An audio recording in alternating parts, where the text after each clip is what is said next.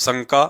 गुरु की अनुपस्थिति अर्थात गैर हाजिरी में भक्ति करने के लिए आश्रम में जाना चाहिए या नहीं।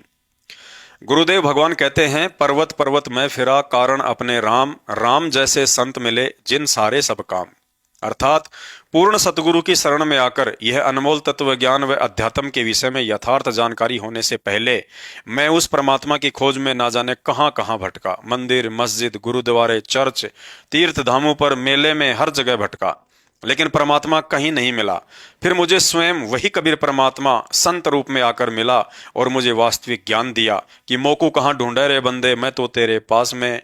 ना तीर्थ में, ना मूरत में, ना एकांत निवास में, ना मंदिर में, ना मस्जिद में, ना काशी कैलाश में, नहीं प्राण में, नहीं पिंड में, ना ब्रह्मांड आकाश में, ना मैं त्रिकुटी भवर गुफा में, सब श्वासन के श्वास में। खोज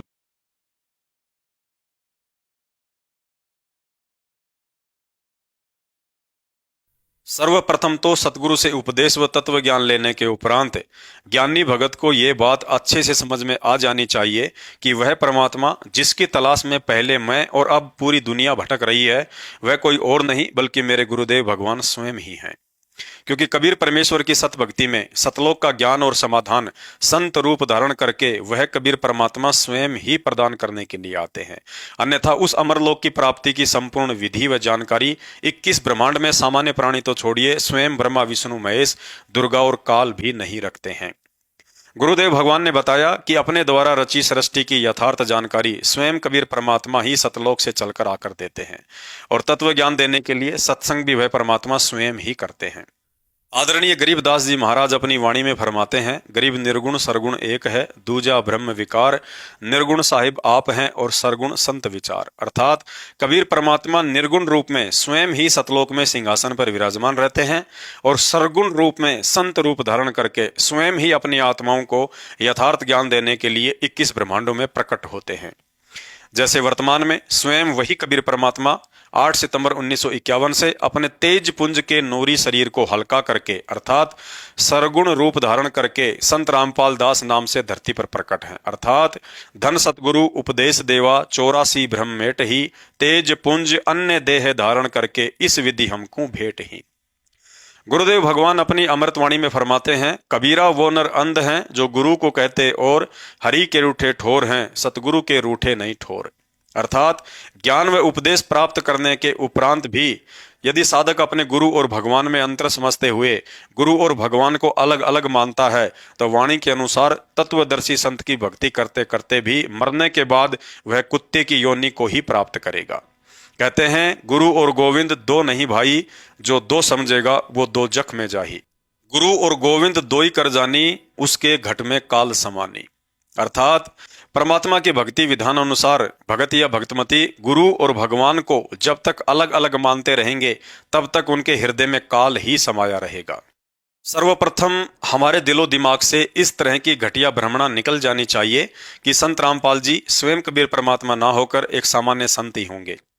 यदि हम अपने घर या दरबार में कबीर जी की समझे जाने वाली दाढ़ी मूछ वाली हाथ से बनाई हुई काल्पनिक फोटो को भगवान का दर्जा देकर दरबार में या घर की दीवारों पर टांग रहे हैं तो असली कबीर सतगुरु रामपाल जी भगवान जी उस घर से सैकड़ों कोस दूर रहते हैं। तत्व ज्ञान हो जाने पर ना ही हमने उस दाढ़ी मूछ वाली कबीर साहिब जी की समझे जाने वाली काल्पनिक फोटो का जून के महीने में प्रकट दिवस मनाना है और यदि अज्ञानता में कोई मनाता है तो हमने उस जगह शामिल भी नहीं होना है।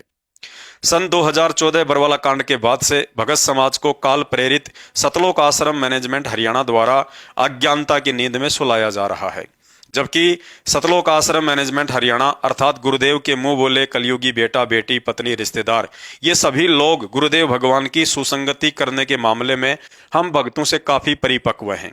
ऐसे में गुरुदेव के जेल जाने के बाद इनकी जिम्मेदारी बनती थी कि बाकी समस्त संगत को अपना छोटा भाई बहन समझकर मर्यादा का पाठ पढ़ाते और सही मार्गदर्शन करते, लेकिन इन्होंने उल्टा संगत को अपने निहित स्वार्थों के चलते भक्ति विरुद्ध अनेकों कुकर्म करवाकर आज ऐसे चौराहे पर लाकर खड़ा कर दिया है जहां से आगे का रास्ता ना स्वयं सतलोक आश्रम मैनेजमेंट हरियाणा को पता है और ना ही बेचारी भोली संगत को। अर्थात दोनों के दोनों धोबी के कुत्ते वाली स्थिति में आकर खड़े हो चुके हैं। साध संगति के अभाव में काल प्रेरणा से इनका हर एक कदम प्रतिदिन बर्बादी की तरफ ही बढ़ता जा रहा है। इतिहास गवाह है, परमेश्वर कबीर जी के भक्ति मार्ग में सबसे बड़ा रोड़ा उनके अपने समझे जाने वाले अर्थात उनके आसपास या साथ साथ रहने वाले ही पैदा करते हैं। काल निरंजन उनके आसपास ही अपने दूत भेजता है। 600 वर्ष पहले कबीर परमेश्वर जी ने जिस मरे हुए कमाल नाम के लड़के को जीवित करके अपने पुत्र की तरह पाल पोस कर बड़ा किया था, उसे शिक्षा और दीक्षा दी। अंत में वही कमाल नाम का लड़का गुरुद्रोही साबित हुआ और संगत को कबीर जी से दूर करने लगा। उसके बाद जब परमेश्वर कबीर जी ने धर्मदास जी के द्वारा अपने भक्ति मार्ग को आगे बढ़ाने की युक्ति सोची, तो काल निरंजन ने धर्मदास जी के पुत्र नारायण दास के रूप में अपना मृत्यु अंधा नाम का दूत भेज दिया। ठीक इसी तरह आगे चलकर आदरणीय गरीबदास जी गांव छुड़ानी जिला जज्जर हरियाणा वाले के 12वें पंथ में भी ज्ञान का अज्ञान करवा दिया।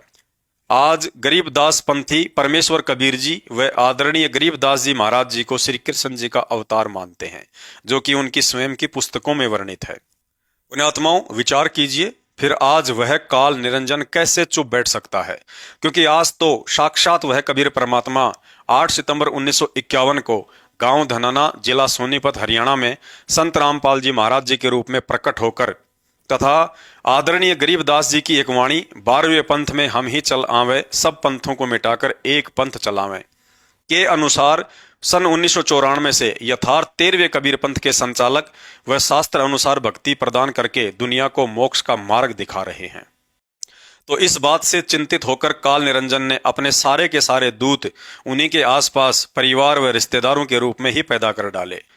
मुख्य दूत संत रामपाल जी का छोटा भाई महेंद्र, जो बरवाला कांड में अपने बड़े भाई संत रामपाल जी के साथ गद्दारी करके उन्हें मुसीबत में छोड़कर अकेला भाग निकला और सन 2014 से 2023 तक भगोड़ा बनकर घूमता रहा।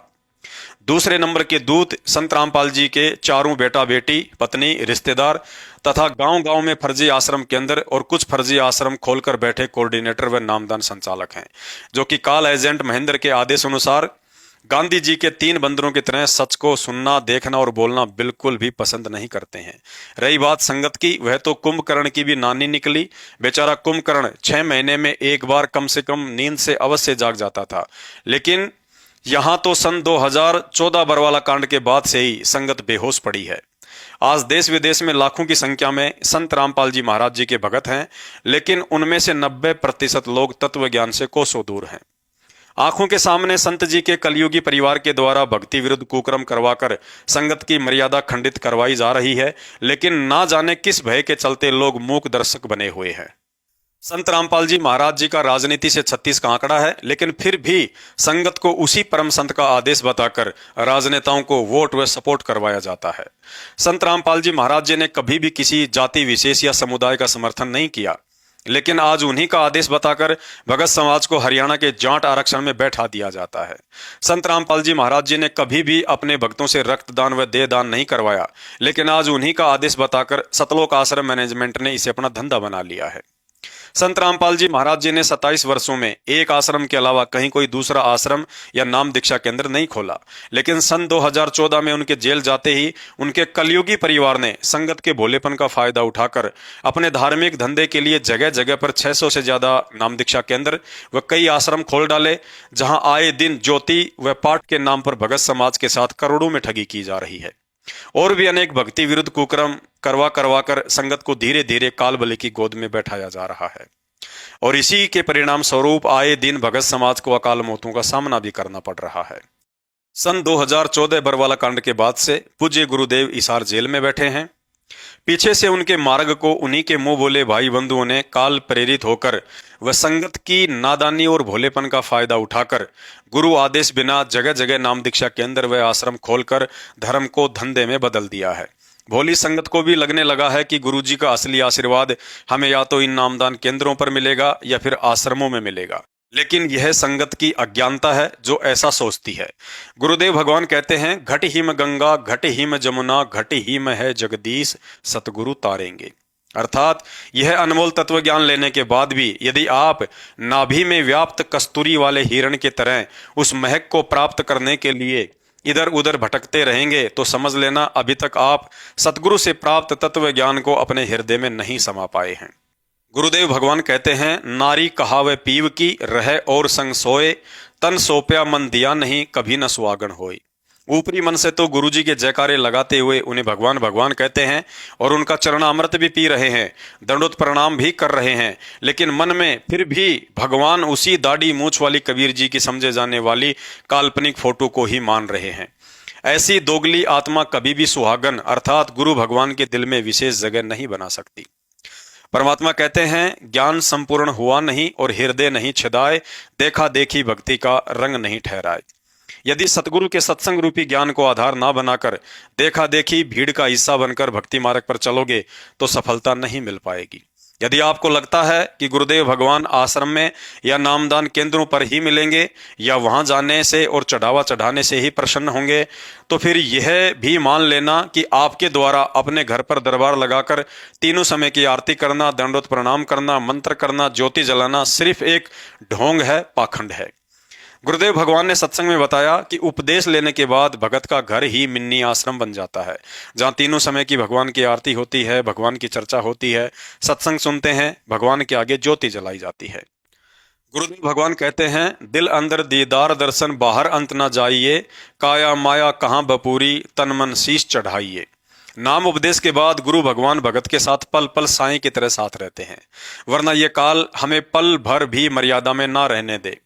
और ऐसे समर्थ भगवान को यदि हम पत्थरों से बने आश्रमों में ढूंढ रहे हैं तो फिर हमारे और उन जगत वाले ज्ञानहीन लोगों में रत्ती भर भी अंतर नहीं है, जो भगवान को पत्थरों से बने मंदिर और मस्जिदों में ढूंढते रहते हैं। यदि गुरुदेव भगवान साक्षात शरीर रूप में किसी आश्रम में विराजमान हों तो उनके दर्शन करने के लिए हमारा उन आश्रमों में जाना उचित है। और यदि गुरुदेव उस आश्रम में विराजमान नहीं है, जैसे आज 2024 में हिसार जेल में बैठे हैं, तो ऐसी स्थिति में उन आश्रमों में जाना मूर्खता है। गुरुदेव कहते हैं, स्वर्ग सात आसमान पर भटकत है मन मूड, खालिक तो खोया नहीं इसी महल में ढूंढ। अर्थात हे नादान प्राणी, तू क्यों उस घट घट और घर घर में विद्यमान गुरुदेव भगवान को अपने से दूसरी जगह पर ढूंढता हुआ फिर रहा है। जब तुझे गुरु रूप में परमात्मा मिल गया, मोक्ष प्राप्ति की विधि बता दी, फिर तू क्यों कस्तूरी वाले हिरण की तरह दान धर्म के नाम पर मंदिर मस्जिद और आश्रमों में धक्के खाता फिर रहा है। खालिक तो खोया नहीं इसी महल में ढूंढ, अर्थात वह परमात्मा गुम नहीं हुआ, उसे इसी शरीर में खोज। अर्थात तुझे गुरुदेव भगवान ने जो सतनाम रूपी अनमोल मंत्र दिया है, मर्यादा में रहकर श्वास श्वास के साथ उसकी साधना कर और उस सौद स्वरूपी गुरुदेव भगवान के दर्शन अपने अंदर ही कर। वो परमात्मा आपसे दूर नहीं है, यदि आपको उस पर विश्वास है तो। वह परमात्मा स्वयं ही कहता है, मोकू कहाँ ढूंढे रे बंदे, मैं तो तेरे पास में, खोजी होए तुरंत मिल जाऊं एक पल ही की तलाश में। अतः सभी भगत भाई बहनों से प्रार्थना है, थोड़ा ज्ञान को आधार बनाओ, गुरुदेव भगवान की मेहनत और मिशन को सफल बनाओ। ज्ञान को आधार बनाए बिना हमारे में से कोई भी भगत यहाँ से पार नहीं हो पाएगा। आज गुरुदेव भगवान ने हमें कलयुग की बिचली पीढ़ी में मानव शरीर प्रदान किया है, अक्सर ज्ञान देकर शिक्षित किया है। यदि आज भी हम पहले की भांति अंधविश्वास और भावनाओं में बहकर ऐसे ही चलते रहेंगे तो जगत में और हम भक्तों में क्या अंतर रह जाएगा, बल्कि जगत वाले ही हमसे कहीं बेहतर समझे जाएंगे।